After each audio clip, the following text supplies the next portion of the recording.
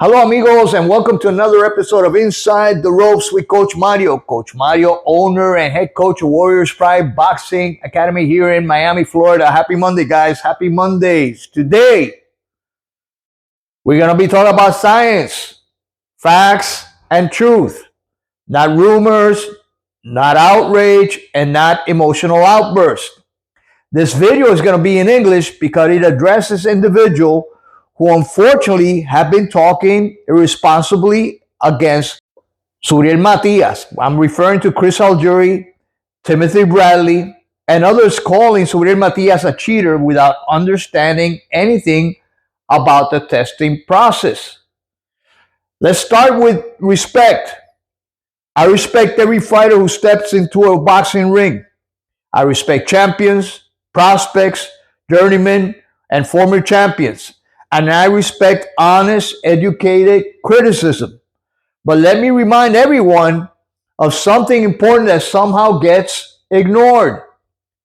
Subriel Matias has never tested positive in more than 10 years as a professional fighter. Dozens of VADA tests, commission tests, random tests, title fight protocols, zero violations, zero suspensions, zero PED history, a clean athlete with a long record of clean testing. Now, let me tell you something, and let me say this clearly. I'm not a scientist. I'm not a chemist. I'm not a doping expert. But I did the one thing that Bradley and Algieri and others failed to do. I did the research, my friends. I read the science. I studied how VADA testing works. I looked at pharmacokinetics, thresholds, and contamination cases. Something every analyst should do before accusing a man of cheating, or worse, implying he might have taken someone's life. Here's what happens in simple terms.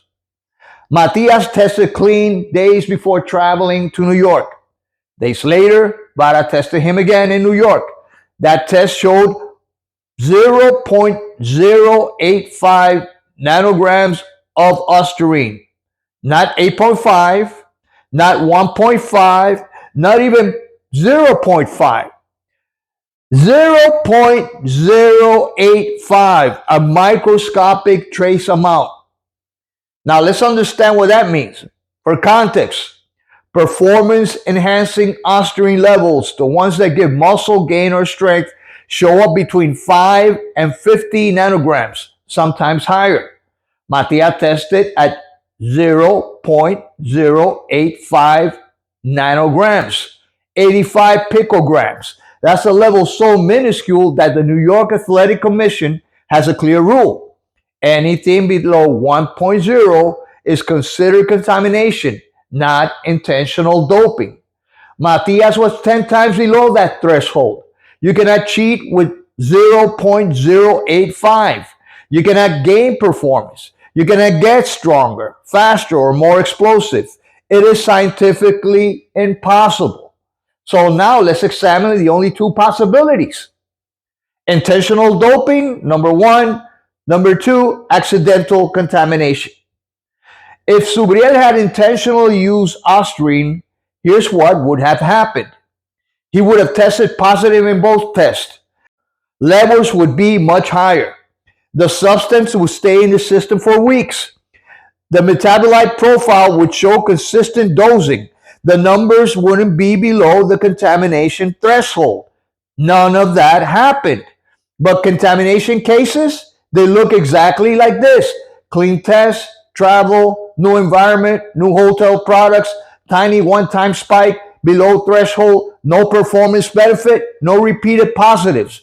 This matches 100% of contamination patterns documented by VADA, USADA, WADA, and dozens of cases in the UFC and the Olympics. Now let's address the critics. Chris Algieri goes on a podcast yelling, "Fuck that guy," about a fighter he has never even met.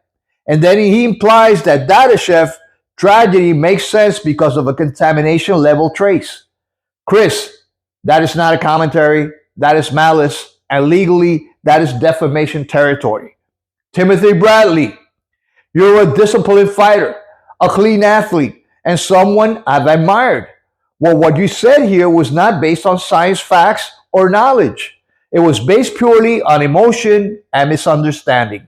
And both of you ignored the simple truth. Subriel Matias has never failed a drug test in his entire career. And the numbers here prove contamination, not cheating. So the facts are overwhelming, my friends.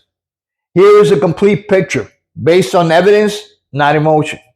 A decade-long clean career, a clean test before traveling, trace level test after traveling, 0.85 nanograms below the doping threshold, no performance benefit, no metabolite pattern indicating use, matches contamination cases worldwide.